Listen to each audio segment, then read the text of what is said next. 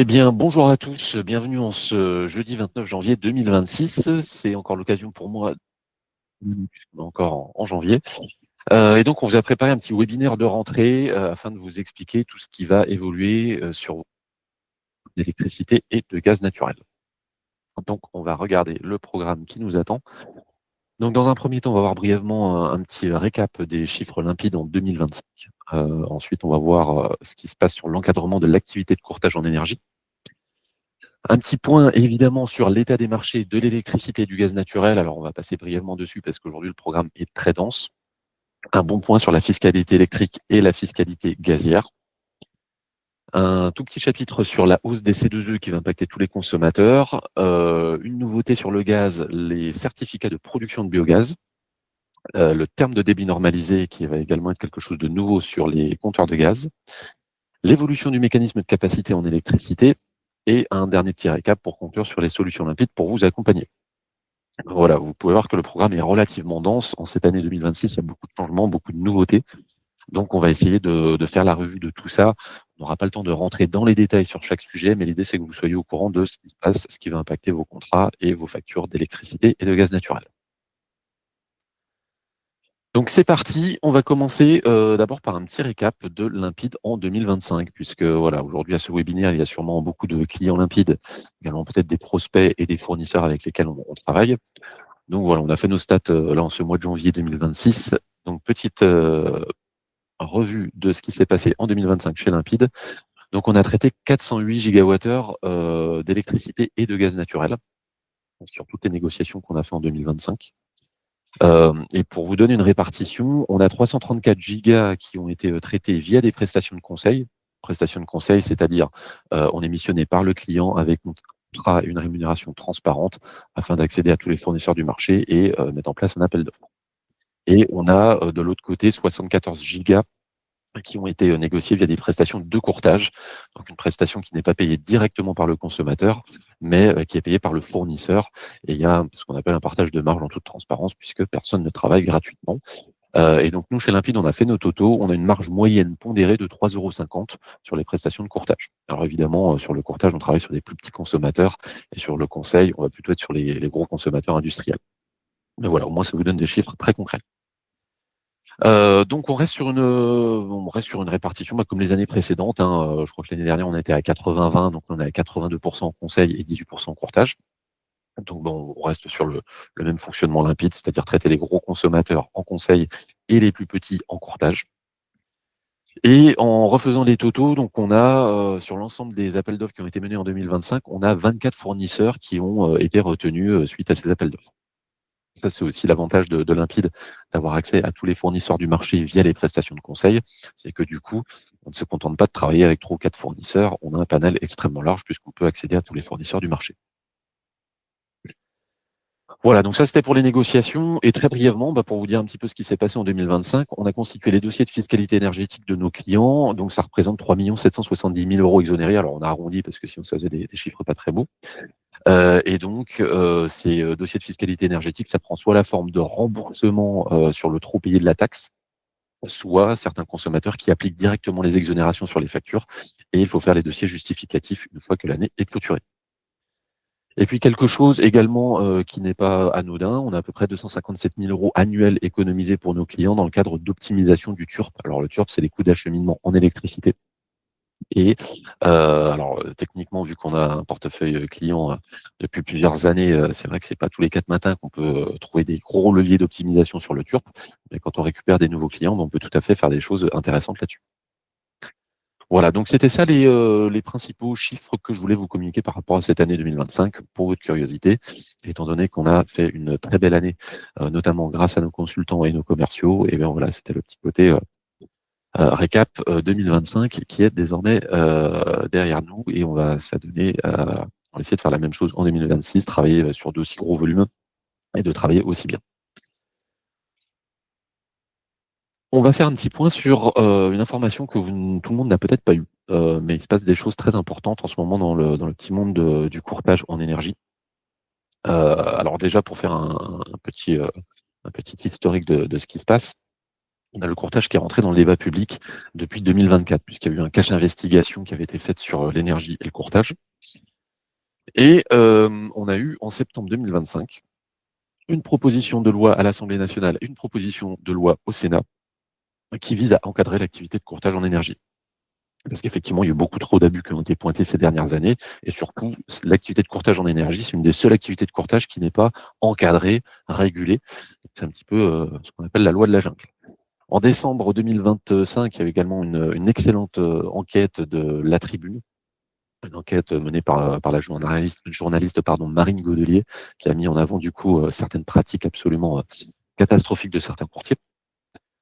Donc 2026, une fois que les sujets de budget en France sont en train de se régler, l'activité de courtage en énergie, je pense que ça va être un sujet qui va passer sur la table et pour lequel il va se passer beaucoup d'évolutions, je pense, en 2026. Alors, notre petit avis sur le sujet, nous on pense chez Limpide qu'il y a un grave besoin d'encadrer l'activité parce que c'est vraiment un petit peu la loi de la jungle. Alors premièrement, un besoin de certification. Aujourd'hui, on ne sait pas quels sont les cabinets qui opèrent. Il n'y a pas de registre sur lesquels ces cabinets sont inscrits, cabinets de courtage ou de conseil. Donc, premièrement, il faudrait commencer par ça. Deuxièmement, il y a un problème sur la formation. Aujourd'hui, il y a beaucoup trop de gens qui sont en mesure de vendre des contrats d'électricité et de gaz naturel, alors qu'ils travaillent dans l'énergie depuis 3 jours, et puis qui peuvent faire des commissions extrêmement colossales sur le dos de leurs consommateurs, notamment via des prestations de courtage. Nous, on pense que la formation, c'est quelque chose qui est indispensable, formation technique et formation éthique. Ensuite, bon, vous le savez, hein, nous, Limpide, on est là depuis des années pour prôner la transparence sur le fonctionnement des contrats d'électricité, alors tant entre le fournisseur et le consommateur que entre nous et le consommateur. Et donc, nous, on pense que quelque chose qui ne ferait pas de mal à la profession, c'est l'affichage des marges. Alors, encore une fois, là, ça porte sur l'activité de courtage, c'est-à-dire les courtiers qui sont rémunérés dans le prix du mégawattheure signé par le consommateur final. Et dans ce prix final, il y a la marge du courtier qui est du coup reversée par le fournisseur. Et ça, le consommateur aujourd'hui ne sait pas du tout combien lui coûte son intermédiation. Donc, si on veut redynamiser la profession et faire en sorte que le courtage soit beaucoup plus dynamique, peut-être qu'à un moment, il faut apporter de la transparence et l'affichage des marges en fait partie. Deuxième point très très important en termes de transparence, aujourd'hui, quand vous recourez à un courtier, vous n'avez pas de contrat entre le courtier et vous-même.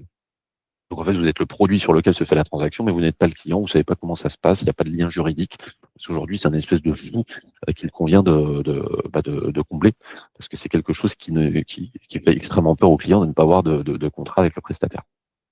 Voilà. Et dernier point, c'est le besoin de fiabilité sur les budgets présentés, parce qu'aujourd'hui, il y a trop de courtiers qui présentent des budgets pipés, truqués, avec des mauvaises consommations. Donc, ça, c'est des sujets qui sont extrêmement importants. Et tant que ces points-là ne seront pas améliorés, c'est vrai qu'il y a de moins en moins d'entreprises qui vont passer par des courtiers pour renégocier leur contrat. Voilà. Donc ça, c'était notre petit avis sur le sujet. On tenait aussi à vous informer que, alors chez Limpide et moi particulièrement François Mercet, on a beaucoup travaillé en fin d'année 2025, alors notamment sur la création d'un syndicat qui s'appelle l'Acier. C'est l'association des consultants, courtiers et autres intermédiaires en énergie. Vous pouvez regarder sur notre site internet acier.org. Et donc nous, on a plusieurs objectifs avec cette démarche professionnelle. La première, c'est de fédérer tous les cabinets de courtage, de conseil qui ont des valeurs fortes comme nous, parce qu'aujourd'hui, ils sont quasiment pas représentés. On veut contribuer à l'encadrement de la profession qui est en cours de façon proactive et constructive. Donc nous, l'important, c'est d'accompagner le changement pour que ce soit bénéfique en fait pour tous les acteurs du marché. Et enfin, le plus important, redonner du dynamisme et restaurer la confiance dans la profession, parce qu'effectivement, il y a eu trop d'abus ces dernières années. Et donc, plus le temps passe, moins les consommateurs ont confiance dans leur courtier. Alors nous, Limpide, on a de la chance. On travaille principalement en tant que consultant, donc on a déjà cette transparence, cette éthique et cette exigence en termes de standards qu'on applique également quand on travaille en courtage. C'est vrai qu'au niveau national, il y a encore, j'allais dire, des grosses pistes d'amélioration pour le courtage. Voilà, donc ça c'était la petite parenthèse sur l'encadrement de l'activité de courtage en énergie. Alors, on va faire un point très rapide sur l'état des marchés en ce début d'année 2026. Donc déjà, pour l'électricité, on va commencer par rappeler que l'Arenh se termine officiellement au 31 décembre 2025. Donc aujourd'hui, l'Arenh n'est plus. Alors l'Arenh, l'accès régulier à l'énergie nucléaire historique, on a fait beaucoup de webinaires sur le sujet. Donc c'était quelque chose qui était assez complexe, assez lourd sur les contrats d'électricité et sur les factures. Désormais, ça a été remplacé par le VNU, le versement nucléaire universel. Alors, en fait, qu'est-ce qui va se passer en cas de surprofit d'EDF si les marchés augmentent très fortement? Il va y avoir un prélèvement du surprofit d'EDF, on va l'appeler ça comme ça, qui va être redistribué par la suite sur les factures de tous les Français, indépendamment du fournisseur et du type d'offre. Donc ça, c'est quelque chose qui est le point positif dans ce nouveau mécanisme, c'est qu'il est indépendant de votre contrat avec le fournisseur. Parce qu'avant, vous aviez l'Arenh qui impactait votre relation contractuelle avec le fournisseur. Désormais, ce n'est plus du tout le cas. Vous avez ce mécanisme qui vient au niveau macroéconomique et puis qui va vous toucher aussi bien que votre voisin. Donc ça devient plus un sujet dans vos négociations. Alors le point qu'il faut retenir dans tout ça, c'est qu'à l'époque, vous aviez X% de votre approvisionnement en arène et le reste en marché. Avec la fin de l'arène, vous avez 100% de votre volume d'électricité qui sera acheté par votre fournisseur sur le marché. Donc, sur un marché volatile, le fait d'avoir 100% de votre approvisionnement tributaire de ce prix-là et non plus 40 ou 50%, ça change littéralement la donne en termes de stratégie.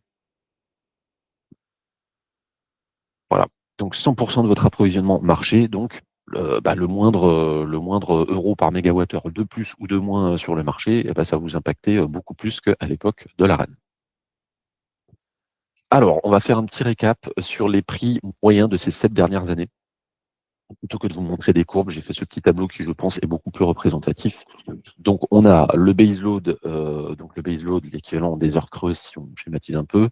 Le peak load, l'équivalent un petit peu plus des heures pleines, si on schématise, même si c'est un petit peu plus complexe. Et le prix du gaz.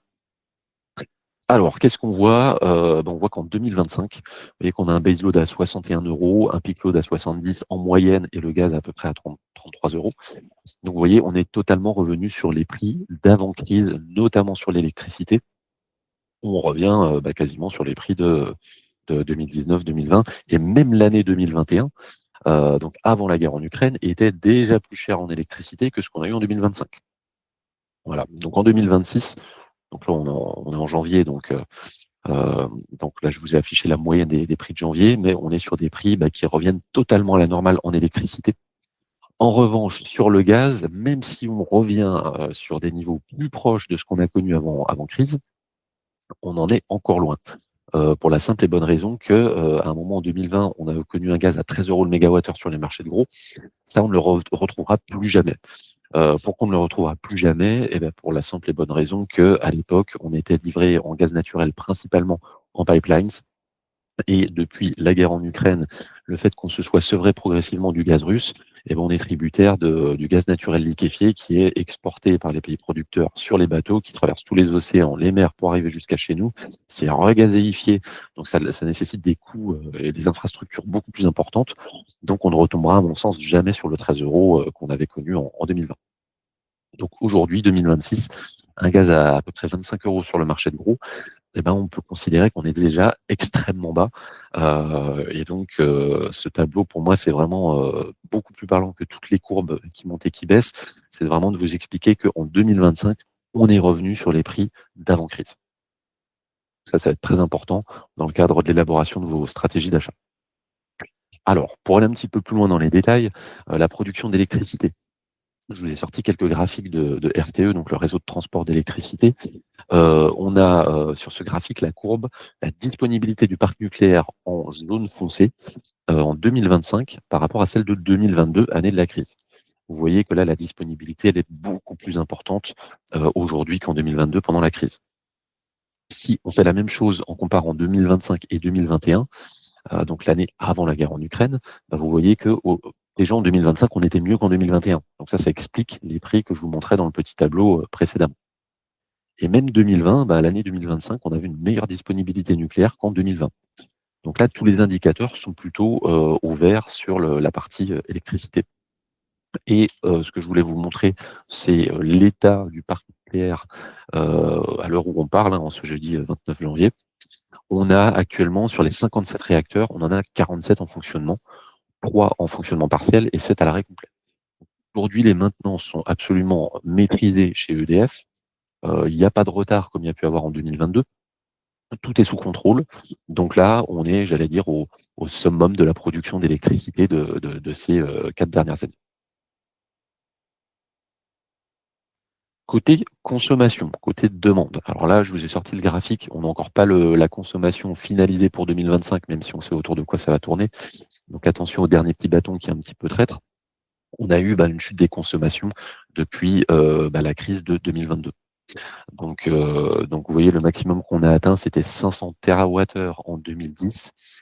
Et aujourd'hui, alors là j'ai les chiffres pour 2025, mais qui ne sont pas sur le graphique, on arrive à 450 TWh. Donc 450 TWh consommés en 2025. Le point très important, on avait en 2023 un rapport RTE qui pronostiquait une hausse de la consommation importante à moyen terme. RTE prévoyait d'ici 2035 un passage à 580 à 640 TWh, ce qui semblait un gap absolument colossal parce qu'en 2023, on était sur une consommation extrêmement faible. Et RTE a récemment revu ses prévisions à la baisse. En fait, j'allais dire le minimum du scénario 2023 devient le maximum du scénario 2025. Donc une consommation entre 500 et 580 TWh d'ici 2035, sachant qu'encore une fois, on est à 450 TWh aujourd'hui de consommation. Donc tout ça, c'est lié à l'électricité d'usage. Donc effectivement, faut s'attendre à une hausse de la consommation, mais pas aussi forte que ce qu'on avait pu imaginer ces dernières années.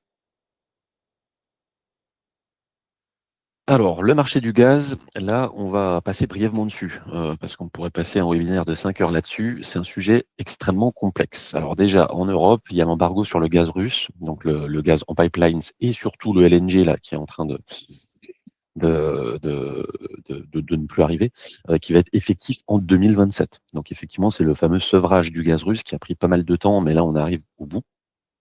Alors après, c'est assez marrant.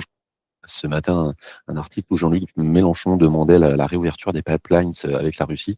Bon, on ne sait pas trop ce qui va se passer l'année prochaine, dans les prochaines années en France, mais en tout cas, de fait, le gaz russe, c'est quasiment fini à l'heure où on parle. Deuxième point, donc à défaut d'approvisionnement via pipelines, l'approvisionnement de la France et de l'Europe se fait principalement à coup de gaz naturel liquéfié, donc LNG en anglais. Donc le fameux gaz qui traverse tous les océans, toutes les mers pour passer du producteur au consommateur. Et donc ça, c'est quelque chose c'est un aller sans retour. Là, on est sur un marché qui est totalement mondialisé. Donc le point fort, c'est que grâce à ça, on a moins de dépendance à un pays fournisseur. C'est-à-dire que si à un moment tel ou tel pays cesse de nous approvisionner, eh ben en fait on va aller chercher sur le marché mondial. Donc que ce soit même à l'autre bout du monde, l'Australie peut tout à fait produire du gaz et nous l'envoyer chez nous. Donc voilà, tant qu'il y a une offre, une demande, il y a un marché, il y a un prix. Donc en tout cas d'un point de vue approvisionnement, le gaz naturel liquéfié permet un marché totalement mondialisé.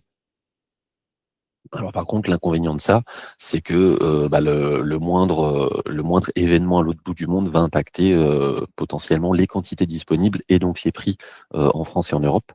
Donc j'entends par là, il y a notamment l'Asie du Sud-Est qui est très grande consommatrice de gaz naturel liquéfié. Et donc si jamais on avait une croissance industrielle qui repart dans ces pays-là, potentiellement ça pourrait totalement tirer les prix vers le haut et donc impacter le prix de ce que nous on consomme. Bon, c'est un vaste sujet, encore une fois, ça mériterait quelques heures pour évoquer tout ça. Deuxième point, on est sur un marché mondialisé. Euh, N'oublions pas le rôle de la géopolitique dans tout ça. Alors malheureusement, on a toujours cette fameuse guerre en Ukraine qui ne prend toujours pas fin. Et même si elle prenait fin en 2026, ce qu'on espère tous, c'est pas demain la veille. Je pense que le gaz en pipelines depuis la Russie arriverait à nouveau dans les tuyaux. Avis personnel, donc voilà, je pense qu'aujourd'hui on est tout à fait tributaire du prix sur les marchés mondiaux. Il y a également tout ce qui se passe ces derniers temps au Venezuela, qui est un des plus grands pays producteurs de pétrole et de gaz. Tout ce qui se passe et va se passer en Iran. Et on pourrait faire une liste et encore une fois faire un webinaire de 2 heures sur le sujet. Mais bon, le gaz, c'est un marché mondialisé puisqu'on ne produit pas de gaz en France, donc on l'importe du reste du monde. Et effectivement, là, on est parti sur une année 2026 où ça va tanguer. tanguer au niveau géopolitique, au niveau conflit, au niveau, guerre, tout ce que vous voulez de ce qu'il y a de plus négatif pour une année 2026. Mais en tout cas, on est parti pour et ça fait qu'on n'a absolument aucune visibilité parce qu'en fait, avec tous ces événements, peut-être que les prix vont baisser avec plus de volume, de gaz, mis sur le marché. Peut-être que ça va faire l'effet inverse, que les prix vont flamber. Voilà, il y a une très grande incertitude en fonction de ce qui va se passer, voilà, dans les pays où il y a de l'instabilité, on va dire géopolitique. Alors, quelques conseils tout de même, pour qu'on se mouille un petit peu. Alors sur l'électricité, il faut absolument sécuriser 2026-2027 si c'est pas déjà fait, parce que là, les prix sont vraiment très favorables à ça. 2028, et plus, ça peut également se sécuriser. Là, tout dépend du pari que vous faites. Est-ce que vous pensez que les marchés vont encore un petit peu baisser ou potentiellement pourraient se remettre à monter? Donc, mon avis là-dessus, c'est que de toute façon, vu l'état du marché à l'heure actuelle en électricité, on est revenu à un moment, beaucoup moins stressant qu'en 2022. Donc en fait, je pense qu'on va avoir des prix qui vont naviguer dans un espèce de corridor et il va pas y avoir de très, très grosses fluctuations, puisque là, toutes les capacités de production sont au max. La demande est relativement faible. Donc là, on devrait toujours avoir je pense dans les 6 mois, 1 an, voire 2 ans, des prix relativement bas sur le marché, sauf incident. Mais en tout cas, voilà, c'est une question stratégique. Si vous voulez sécuriser techniquement, ce n'est pas, bête du tout de le faire. Sur le gaz naturel, heu, moi ce que je recommande, c'est plutôt de sécuriser sur du long terme quand on voit l'instabilité géopolitique qui, anime le cœur de l'actualité ces derniers temps. Il y a quelque chose de très important en gaz, c'est que les prix sur les marchés à très long terme sont beaucoup plus faibles que le court terme. Donc en gros, plus vous prenez un contrat long, plus votre prix va baisser. Donc, quand on voit les prix, qu'on arrive à obtenir aujourd'hui et qu'on revient sur des niveaux extrêmement abordables par rapport à l'année 2022, 23, 24, les années de la crise, ça donne envie de s'engager, je pense, sur des durées relativement longues. Et on a même des fournisseurs qui peuvent aller jusqu'à 2031, voire 2032 sur le prix du gaz naturel. Donc ça, si vous en avez envie et que vous en avez entre guillemets, la vision, vous avez suffisamment de carnet de commandes, que vous savez ce qui va se passer dans votre entreprise dans les X années qui viennent, vous pouvez, réserver des quantités sur des échéances assez lointaines. Alors, on va faire un petit point sur la fiscalité électrique en 2026. Alors ça, c'est un sujet sur lequel on a passé, beaucoup d'énergie. Parce qu'effectivement, avec les problèmes de vote de budget, qui au final n'a pas été voté, mais qui va quand même passer, ça nous a mis dans une situation un petit peu délicate. On va essayer de vous faire une synthèse, de la situation en cette fin janvier 2026. Alors, pour commencer, janvier 2025, pardon, j'ai fait une petite erreur, janvier 2026, pardon. Ce sont les mêmes taux qu'en fin 2025. Donc, en fait, la loi de finances avec tous les contretemps qu'il y a eu, le changement s'opère au 1er février, 2026. Donc en janvier, on a les ménagers assimilés à 29,98 €, les PME aux consommateurs haute puissance à 25,79 €. Alors je rappelle que le taux de taxe là que je présente, il intègre également la majoration ZNI qui est, une majoration pour financer les zones non interconnectées. Donc là, moi, je préfère raisonner en assise globale pour éviter de vous, perturber. Voilà, donc on change pas, on reste sur les mêmes taux qu'en décembre et comme je vous le disais, le changement s'opère au 1er février 2026. Donc qu'est-ce qu'on a au 1er janvier 2026? Une toute petite hausse, donc les ménages et assimilés passent de 29,98 à 30,85. Les PME et les consommateurs haute puissance passent de 25,79 à 26,58. Voilà, on est sur de l'augmentation, mais on n'est pas non plus sur une flambée comme ça a pu arriver, ces dernières années. Alors, n'oublions pas que sur, l'accise sur l'électricité, donc anciennement la CSPE, anciennement la TICFE, ça a changé très souvent de nom, mais on va l'appeler aujourd'hui l'accise sur l'électricité. Il peut y avoir des taux réduits pour certaines entreprises et pour certaines activités. Alors là, encore une fois, la loi a un petit peu changé. Donc je vais vous faire un petit récap de la situation, telle qu'elle est en ce mois de janvier 2026. Donc on va, avoir des taux réduits pour les activités industrielles qu'on appelle exposées aux tarifs de l'électricité. Donc c'est les entreprises industrielles pour lesquelles, le prix de l'énergie représente un certain ratio par rapport aux données financières, pour faire un petit peu simple. Donc on va distinguer dans la nouvelle dans la nouvelle mouture de la loi, une terminologie qui est la suivante. Donc on a les grands consommateurs d'électricité, qui permettent d'avoir, qui peuvent bénéficier d'un taux à 7,50 €. On a après les consommateurs électrosensibles, donc c'est ceux pour lesquels les tarifs de l'électricité sont encore plus impactants. Donc ceux-là, ils vont avoir un taux encore plus faible à 5 €. Et ensuite, on a les électro-intensifs, donc ça, c'est encore le niveau, d'exposition au tarif de l'électricité, plus élevé. Donc ces électro-intensifs vont avoir 2 € par mégawattheure. Là, vous voyez, quand vous comparez le taux plein avec ces taux réduits, ça fait quand même un fossé assez important. Et enfin, on a les hyper électro-intensifs qui, eux, peuvent bénéficier d'un taux à, 50 centimes par mégawattheure. Donc ça, c'est les 4 grandes catégories. Alors le critère indispensable, c'est d'abord d'être industriel et ensuite exposé aux tarifs de l'électricité à des degrés différents. Alors, je vais passer très rapidement dessus, mais en fait, il y a des taux réduits, également qui concernent certaines activités très clairement, précisées dans le texte de loi. Alors là, je vous ai fait, un petit récap, je vais même pas tout vous lire parce que je pense que ça concerne pas grand monde. Centre de stockage de données, manutention portuaire, bon alors là, je pense pas que parmi les personnes là qui suivent ce webinaire aujourd'hui, il y en ait beaucoup qui soient concernés. Mais bon, voilà, je vous laisse la liste, affichée et donc si jamais vous êtes dans une de ces activités, eh ben, vous pouvez, bénéficier d'un taux réduit indépendamment de de l'exposition, de votre entreprise au prix de l'électricité.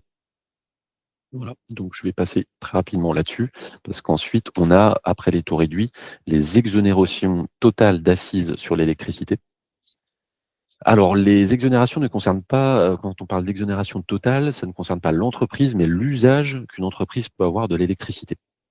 Donc dans tout ça, on va avoir, des exonérations, pour les activités de réduction chimique, électrolyse, procédés métallurgiques, produits minéraux non métalliques, production de biens très intensifs en électricité. Donc ça pareil, c'est des calculs, des ratios, qui sont à faire. Et enfin, bah, l'électricité pour la production d'électricité. Donc notamment, bah, l'électricité qui sert à alimenter les éoliennes qui elles-mêmes, produisent de l'électricité. Ça, c'est totalement exonérable de l'accise sur l'électricité.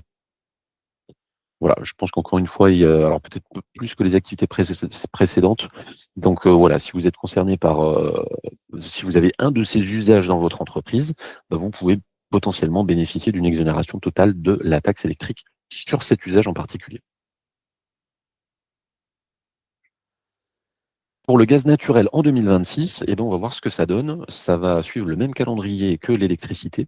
Donc là, pareil, j'ai la même petite faute sur mon PowerPoint, c'est en janvier 2026 qu'on a les mêmes taux qu'en fin 2025, à savoir 15,43 € par mégawattheure pour tous les consommateurs. Au 1er février 2026, encore une fois, désolé de la petite coquille, on passe à 16,39 € par mégawattheure. Donc là, pareil, petite augmentation, c'est relativement marginal, mais on est sur la dynamique haussière qui suit, on va dire, l'inflation. Alors, sur le gaz naturel, on a également des taux réduits, sur la taxe.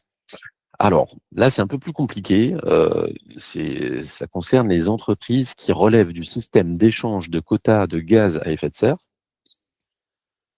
Si vous avez un sujet sur les taxes, appelez-nous à l'issue de ce webinaire parce que là, voilà, on essaye de vulgariser, mais c'est quand même assez complexe. Donc il y a des taux à 1,52 € ou à 1,60 €. Alors 1,52 €, je vais passer les critères parce que là, c'est assez complexe. C'est des directives européennes qui font des listes d'activités, qui sont, ou pas dans telle ou telle catégorie. Donc c'est quelque chose de pas très sympa le matin à cette heure-là, même s'il est pas loin de 10h30. Donc voilà, on a les taux réduits à 1,52 à 1,60 € et ensuite on a, des taux réduits pour certaines activités spécifiques. Donc là, on a par exemple tout ce qui est déshydratation de légumes et plantes aromatiques, les travaux agricoles et forestiers. Voilà, ce sont quelques exemples. Il y en a quelques autres activités dans la loi, qui permettent, d'avoir des taux réduits, mais là, c'est les principales que je vous cite ici.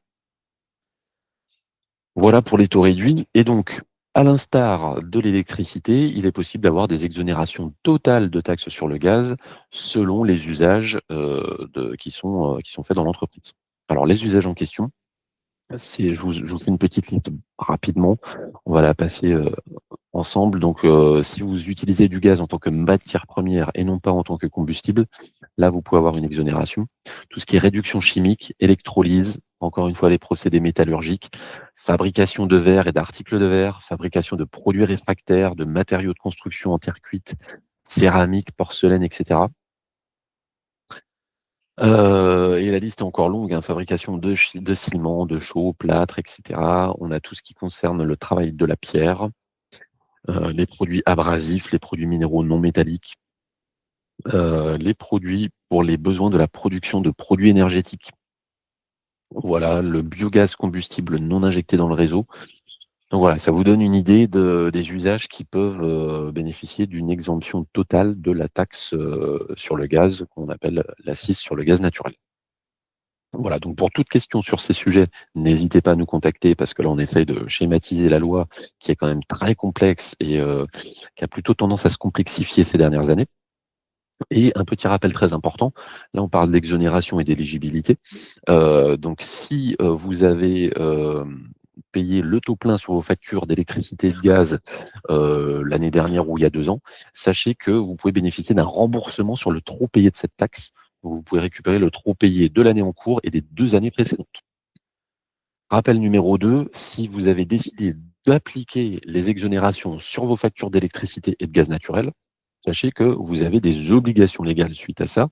Vous devez produire des dossiers justificatifs pour déclarer les volumes exonérés, reprouver a posteriori que vous étiez bien éligible à ces exonérations, et puis troisièmement, calculer une éventuelle régularisation, sachant que cette régularisation, c'est la différence entre ce que vous avez réellement payé sur vos factures et ce que vous auriez dû payer en appliquant les textes de loi tels qu'ils sont et tels qu'ils évoluent. Donc, très important de le rappeler, parce qu'il y a beaucoup des fois de fournisseurs qui envoient le CERFA qui permet aux consommateurs d'appliquer le taux réduit, mais faut pas oublier qu'il y a des obligations légales suite à l'application des taux réduits ou des exonérations totales, et qu'il ne faut pas passer à côté, parce que c'est la DGFiP qui s'occupe des contrôles, et je peux vous dire que c'est mieux d'éviter, et on veut passer un bon moment. Donc voilà pour notre sujet taxe. Chapitre 6, la hausse des C2E. Donc, on va passer brièvement là-dessus, puisqu'on en avait parlé dans notre dernier webinaire. Donc là, on rentre dans la période 6 des C2E, qui concerne la période 2026 à 2030. Donc là, on a une hausse qu'on évalue autour de plus 35%. Alors ça, c'est la hausse au niveau national, et après, chaque fournisseur va appliquer un petit peu à sa sauce, puisque là, il y a des logiques de portefeuille, vu qu'en fait, les C2E sanctionnent le fournisseur qui va répliquer cette taxe sur le consommateur en la modulant un petit peu comme il le souhaite. Donc c'est toujours un petit peu compliqué de faire la différence entre les fournisseurs ABCD. Chacun va gérer les C2E un petit peu différemment. Donc n'oublions pas que les C2E, donc les certificats d'économie d'énergie, n'impactent pas tous les consommateurs. C'est un mécanisme qui impacte le tertiaire, le résidentiel, etc. En gros, tout sauf l'industrie. Donc, si vous êtes industriel, normalement, les C2E, vous n'en avez pas. Et si vous êtes dans le tertiaire, bah, vous êtes soumis au C2E. Alors après, il y a des petites optimisations possibles en fonction du fournisseur. Certains, par exemple, vont déterminer l'application des C2E en fonction non pas du site qui consomme, en fonction du site enfin du sirène qui porte le contrat. Et pour d'autres, ça va être l'inverse. Donc, si vous avez par exemple une société avec des sites qui ont des codes NAF industriels et d'autres non industriels, et ben là, selon le choix de tel ou tel fournisseur, vous pouvez avoir ou pas des C2E qui s'appliquent. Donc là, nous, on a la vision là-dessus.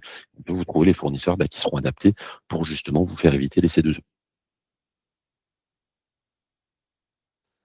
Alors, chapitre 7, on va parler de quelque chose de tout nouveau. Donc encore une petite nouveauté. Qui va impacter les consommateurs de gaz naturel, c'est les certificats de production de biogaz. Alors, pour planter un petit peu le décor, donc cette nouveauté, c'est issu de la loi climat et résilience, qui en fait rentre en application en janvier 2026. Donc, ça va vous impacter directement cette année. Si vous recevez vos factures de gaz naturel, vous allez voir cette petite ligne certificat de production de biogaz qui s'applique. Donc l'objectif en fait de cette loi climat et résilience, c'était d'accélérer la production de biogaz. Alors le biogaz, pour rappel, bah, c'est la création de gaz naturel à partir de matériaux organiques. C'est pour ça qu'on dit ça biogaz.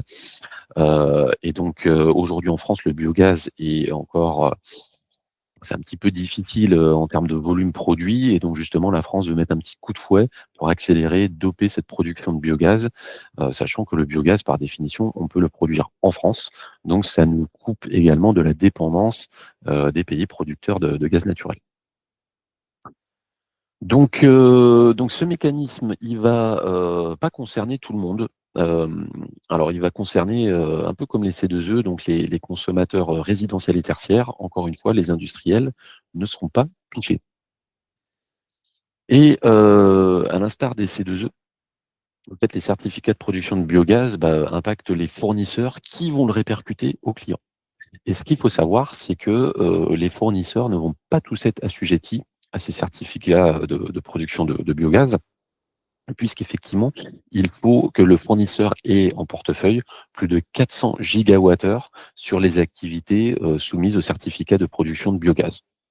Donc par exemple, un tout petit fournisseur qui a moins de 400 gigas, eh ben lui, il ne sera pas soumis au certificat de production de biogaz, donc il ne va pas vous les facturer à vous. Et dans l'autre sens, on peut avoir, bah, un fournisseur par exemple qui aurait, je sais pas, 800 gigawattheures de consommation, annuelle en portefeuille.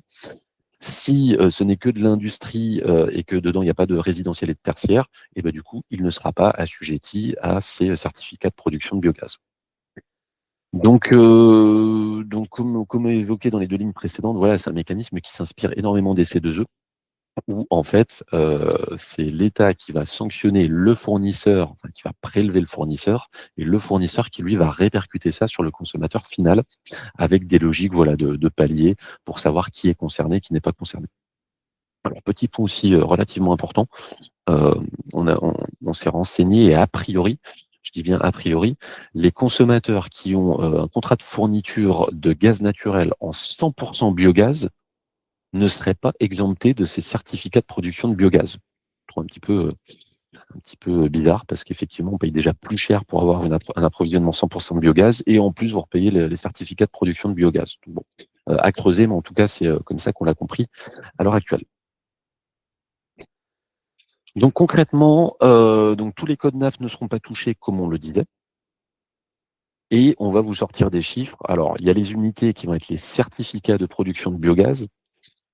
Donc chaque mégawattheure consommé implique un certain coefficient de certificat et donc je vous mets la traduction en euros par mégawattheure, ça va être beaucoup plus, concret.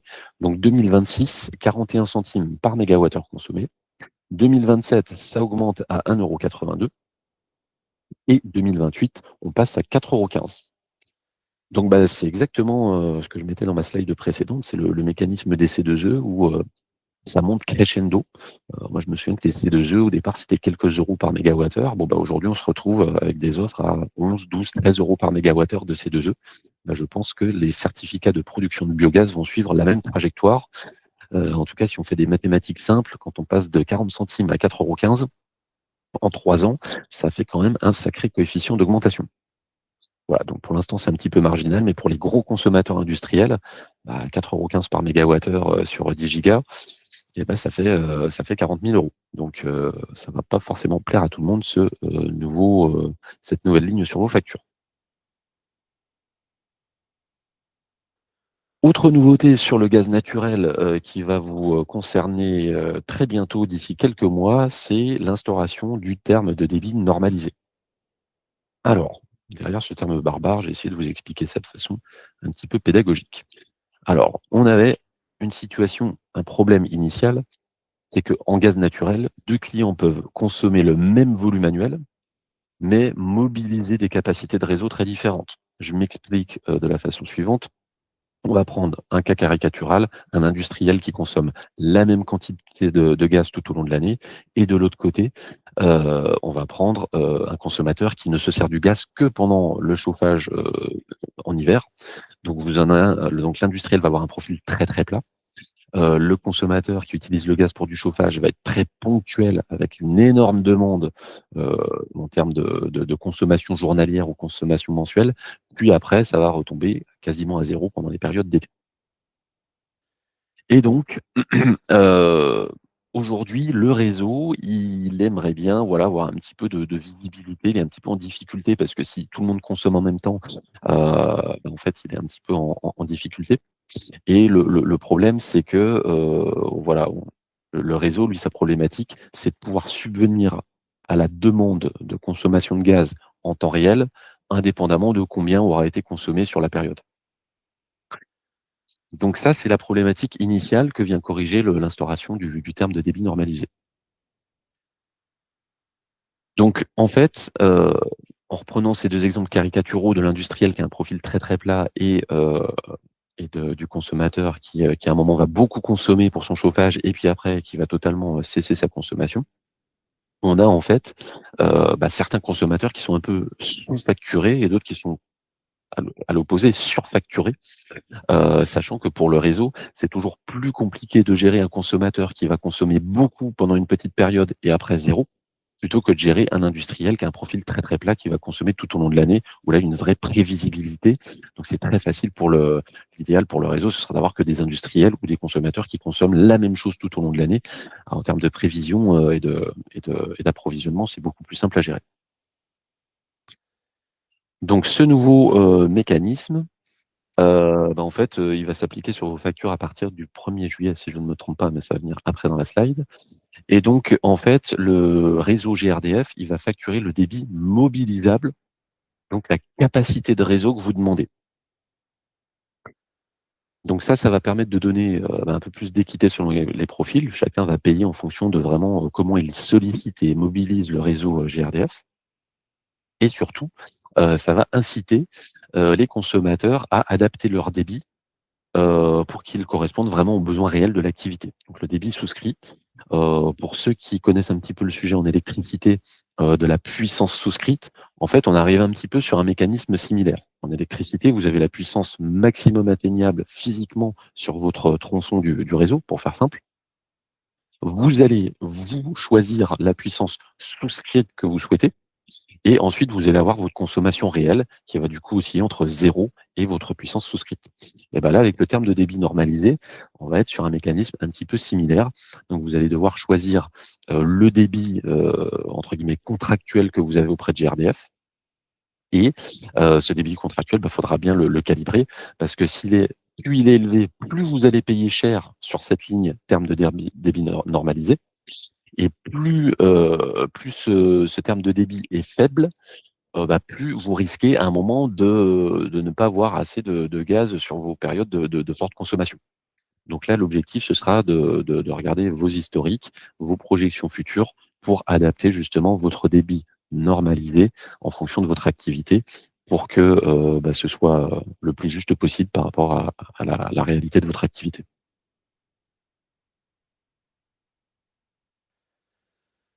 Voilà, donc pour résumer, vous allez avoir cette ligne qui va s'appliquer à partir du 1er juillet, 2026.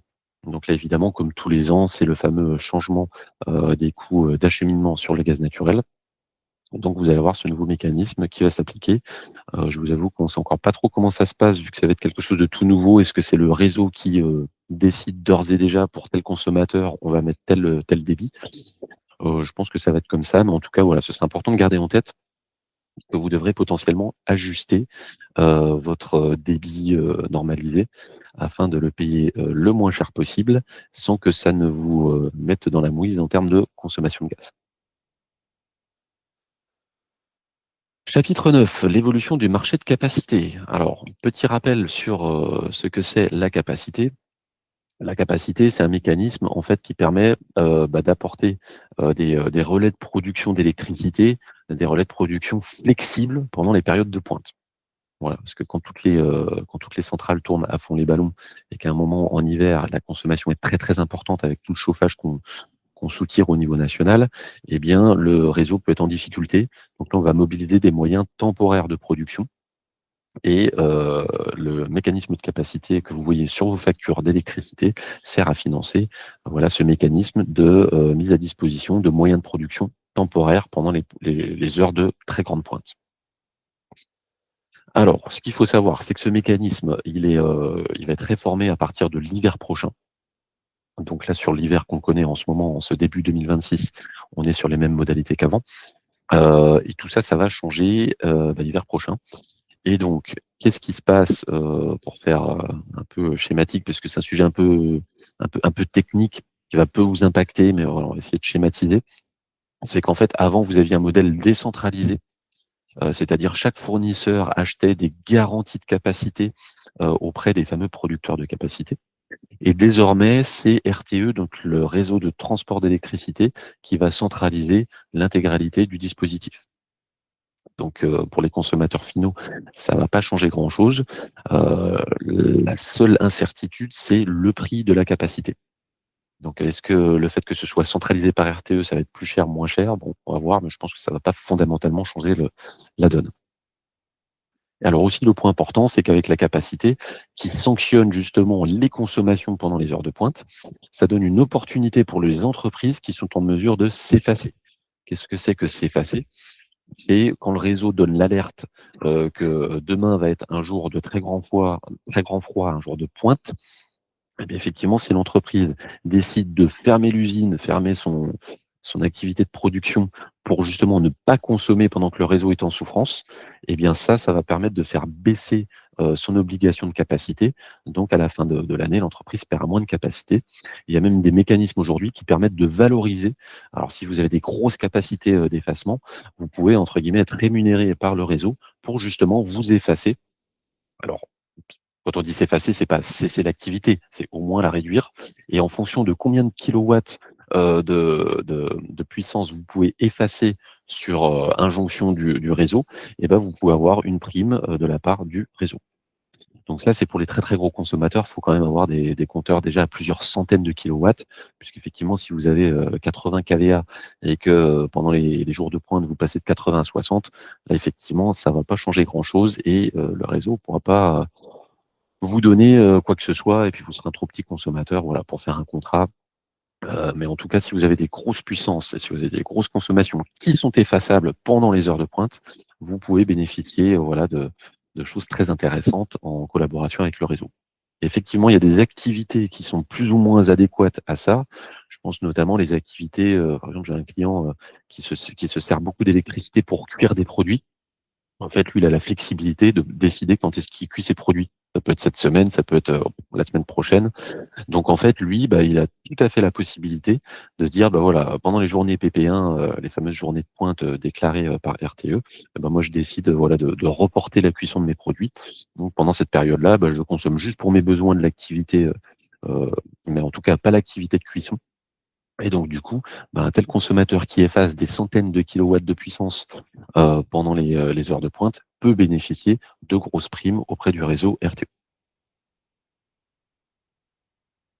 Je vous fais un petit récap quand même parce que c'est très important de comprendre ce qui se passe sur le mécanisme de capacité tel qu'on le connaît actuellement. Donc là, je vous ai mis l'historique, donc les prix, moyens des enchères de capacité pour les années de livraison que vous voyez de 2017 à 2026. Alors, vous voyez que le gros bâton, 2023, c'est parce qu'il y a ce petit décalage où effectivement la livraison 2023 a été déterminée par les enchères de 2022. Il y a toujours ce petit décalage d'1 an entre l'enchère et la livraison de la capacité qui intervient l'année suivante. Et donc, on voit que là, en 2026, on atteint le record. On est sur le niveau, le plus bas, du prix de la capacité depuis l'existence du mécanisme. Donc à ça, 2 conséquences. La première, c'est qu'en termes d'interprétation, il faut comprendre que, pour 2026, et sans doute 2027, à très court terme, le réseau n'est plus en difficulté pendant les périodes de pointe en hiver. Pourquoi? Bah, c'est ce qu'on a vu en début de ce webinaire. On a une production d'électricité qui est très, très importante. On arrive à un niveau, quasiment, un des meilleurs niveaux de ces dernières années. Et de l'autre côté, la demande est très, très faible. Donc de ce fait, pendant les jours de très grand froid tels qu'on les a connus, il y a quelques jours, bah, le réseau est beaucoup moins en difficulté qu'en 2023 ou en 2024 où là, effectivement, le parc nucléaire était beaucoup plus en souffrance. Donc voilà, cet effondrement du prix de la capacité vient principalement d'un réseau qui, redresse la barre, enfin de producteurs qui redressent la barre. Et donc la deuxième conséquence, enfin la deuxième leçon à tirer de ce graphique, c'est que vous, en tant que consommateur, Le prix que vous allez avoir sur votre ligne de capacité, en fait, c'est le fruit de votre coefficient de capacité fois le prix de la capacité tel que présenté sur ce tableau. Donc ce prix de la capacité, là, on est à 5 € le kilowatt quand, pour la livraison 2023, on était à 45 €. Donc vous voyez, on divise quasiment par 10 le prix de la capacité par rapport à vos factures 2023. Donc là, peu importe, quel est votre fournisseur, comment il calcule la capacité, les coefficients, et cetera. Ce qu'il faut retenir, c'est que globalement, votre ligne capacité va être revue à la baisse sur vos factures en 2026. Donc ça, c'est plutôt une bonne nouvelle parce qu'il y a quand même très peu de choses qui baissent. Il y a beaucoup de nouveaux mécanismes, de nouvelles taxes, mais là, en tout cas, sur la capacité, c'est la seule chose sur votre facture qui va évoluer à la baisse. Voilà pour le sujet de la capacité. Donc pour clôturer ce webinaire, on va vous refaire quand même un petit récap de comment nous, Limpide, on peut vous accompagner pour l'optimisation de vos contrats d'électricité et de gaz naturel. Alors je rappelle qu'on travaille que avec les professionnels parce que de temps en temps, on a un coup de fil au standard où un particulier nous demande de comparer des offres d'électricité pour son SIC AVA. Donc nous, on est vraiment spécialisé dans les professionnels et principalement sur les industriels. Donc nous, Limpide, on peut travailler sur toutes les composantes de votre facture. Donc d'abord, on peut renégocier vos prix de fourniture, négociation de vos contrats d'énergie. Et donc là, on peut vous apporter deux modèles différents. Comme évoqué en tout début de webinaire, on peut vous proposer une prestation de conseil indépendant ou une prestation de courtage. Alors petit récap, prestation de conseil indépendant, il y a un contrat entre Limpide et l'entreprise. Il va y avoir un coût de prestation clairement mentionné noir sur blanc, l'engagement que Limpide ne prend pas un centime côté fournisseur, et grâce à ce modèle-là, on va avoir accès à l'intégralité des fournisseurs, et Limpide va devenir le consultant de votre entreprise, avec du coup pour seul objectif la défense de vos intérêts, et puis de vous trouver les meilleures solutions pour acheter votre électricité et votre gaz naturel. De l'autre côté, on a les prestations de courtage, où là, on ne va pas facturer directement le client, mais on va être rémunéré par le fournisseur. Et notre rémunération va être incluse dans le prix de vente que propose le fournisseur.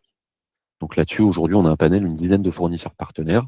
Et donc, notre rémunération va être incluse dans le prix du mégawattheure, ce qui est un peu moins transparent. Pour les petits consommateurs, j'allais dire moins de 200, moins de 300 mégas par an, le courtage, c'est très pertinent si c'est fait de façon transparente et maîtrisée. Pour les gros consommateurs, plus de 300, 400, 500 mégas, et quand on parle de gigas, évidemment, le top, c'est le conseil indépendant. Comme ça, vous savez combien coûte votre intermédiaire. Il a accès à tous les fournisseurs du marché, y compris les fournisseurs historiques qui ne travaillent pas avec certains courtiers. Je pense notamment, enfin je dis les fournisseurs historiques, mais c'est principalement EDF. EDF, si on travaille en conseil indépendant, on est en mesure de les présenter dans l'appel d'offres, alors qu'en courtage, on n'a pas de partenariat avec EDF, vu que EDF ne travaille avec aucun courtier. Et je trouve que c'est très dommage de se passer du fournisseur historique, tant d'un point de vue, j'allais dire, émotionnel que d'un point de vue pragmatique et de la pertinence que peut avoir EDF sur certains profils de consommation.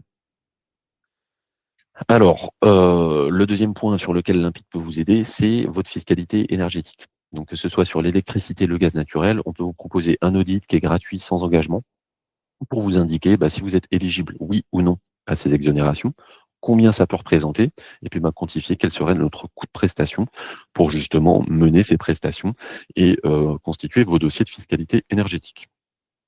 Donc ça, c'est très important parce que plus les taxes augmentent sur vos factures, plus le fait d'être exonéré représente un enjeu financier important. Voilà. Donc, comme on le mettait en présentation de ce webinaire, on a fait exonérer, je crois, plus de 3 700 000 € à nos clients. Donc, oui, c'est un levier d'économie qui est très, très important. Et donc, n'hésitez pas à nous contacter parce qu'on peut vous dire très brièvement, vous faire cette étude, vous dire si vous êtes éligible ou non. Dernier point, ça va être l'optimisation de vos coûts d'acheminement. Donc, principalement sur la partie électricité, donc le fameux TURP, tarif d'utilisation des réseaux publics d'électricité. On est en mesure de regarder, pareil, devis gratuit et sans engagement, voir si quelque chose est optimisable. Alors la plupart du temps, les consommateurs sont plus ou moins bien câblés par rapport à leurs besoins, mais on tombe toujours sur des consommateurs qui sont pas du tout acheminés comme il le faut, et que parfois en changeant quelques petits paramètres dans les données techniques et des données d'acheminement du type l'utilisation, la pointe, etc., on peut faire des économies extrêmement substantielles et surtout qu'une fois que vous repassez sur un mode d'acheminement plus économe, en fait, cette économie, vous la faites pour toutes les années à venir. Donc c'est quelque chose d'extrêmement important et ça vous coûte rien de nous demander voilà, une petite étude sur vos coûts d'acheminement. Alors je précise, pareil, l'acheminement, les optimisations, ça va être intéressant et pertinent à partir du moment où vous avez des grosses puissances, c'est-à-dire au moins 100 kVA ou 100 kW de puissance. Si effectivement vous avez un 36 kVA compteur bleu, euh, ça va être un petit peu plus compliqué, on va pas pouvoir faire grand-chose, ou si on peut faire grand-chose, notre optimisation va représenter quelques dizaines d'euros par an, donc on va dire que c'est pas un enjeu très important. Donc voilà, n'hésitez pas à nous solliciter. Et puis, pour clôturer ce webinaire, quelques petits rappels. Alors moi, je ne vais pas la cliquer, mais vous avez notre page LinkedIn que vous pouvez suivre. On essaye de faire 2-3 posts par semaine pour expliquer ce qui se passe, les nouveautés, des petits récaps, voilà, des petites informations sur ce qui se passe dans le petit monde de l'énergie. On a également la section publication sur notre site internet. Donc quand il y a par exemple des nouveaux mécanismes comme les certificats de production de biogaz, là on va bientôt faire un article là-dessus. On va transmettre à tous nos clients. Mais si vous n'êtes pas client Limpide, vous pouvez aller sur notre site limpide.net et vous avez une petite rubrique publication où vous retrouverez justement nos publications sur les sujets un petit peu techniques. Et enfin, point très important, alors là peut-être que ça vaut le coup que je le clique, notre newsletter marché. Alors pareil, ça se situe dans la section publication. Donc voilà, donc vous avez la publication avec nos articles où justement vous retrouvez les sujets de fiscalité, de capacité, tout ce qu'on a vu dans ce webinaire. Et vous avez la section newsletter marché où là vous pouvez vous inscrire gratuitement et vous recevrez tous les mois le récap des prix de l'électricité et du gaz naturel sur les marchés de gros pour le mois précédent. Donc ça, c'est un point très très important parce que quand on veut acheter de l'électricité et du gaz au meilleur moment, le plus important, c'est l'information, c'est de savoir quels sont les prix sur le marché de gros pour toper au bon moment. Et donc évidemment, pour tous ceux qui sont déjà clients Limpide, vous avez votre consultant qui s'occupe de votre stratégie d'achat. Donc une stratégie d'achat, ça se fait à deux, le consommateur, le consultant. Et puis quand on se met d'accord sur une stratégie, une vision, on exécute et puis on attend que les prix soient au moment le désiré par le client pour toper. Alors après, il ne faut pas être trop ambitieux dans les stratégies en ce moment parce que là, le potentiel de baisse, il n'est pas très très grand. Donc encore une fois, n'hésitez pas à nous solliciter pour vos couvertures 2026, 2027, 2028. Ça, c'est très pertinent. Et selon la stratégie de votre entreprise, selon ce que représente l'électricité, le gaz dans vos budgets, peut-être que regarder 2029, 2030, 2031, ça peut être aussi pertinent. Donc dans tous les cas, n'hésitez pas à nous contacter pour qu'on puisse vous faire un travail un petit peu sur mesure par rapport à vos profils de consommation, vos budgets et surtout vos besoins. Voilà, donc il est 10h58, on va clôturer ce webinaire sur ces belles paroles. Donc pour une fois, je ne l'ai pas trop débordé, donc vous pourrez me remercier, je ne vous mettrai pas en retard, hein. Vous pourrez avoir votre pause café à 11h si c'est 11h dans votre entreprise. Et en tout cas, c'était un plaisir de vous avoir aussi nombreux. J'ai vu qu'il y avait beaucoup d'inscrits pour ce webinaire. Donc, merci de votre présence et pour toute question, n'hésitez pas à nous contacter énergie@limpide.net et puis pour tous les clients Limpide, vous avez votre consultant dédié, donc n'hésitez pas à le solliciter. Voilà, merci à vous tous pour votre présence et je vous souhaite une excellente journée en ce 29 janvier 2026. À très bientôt.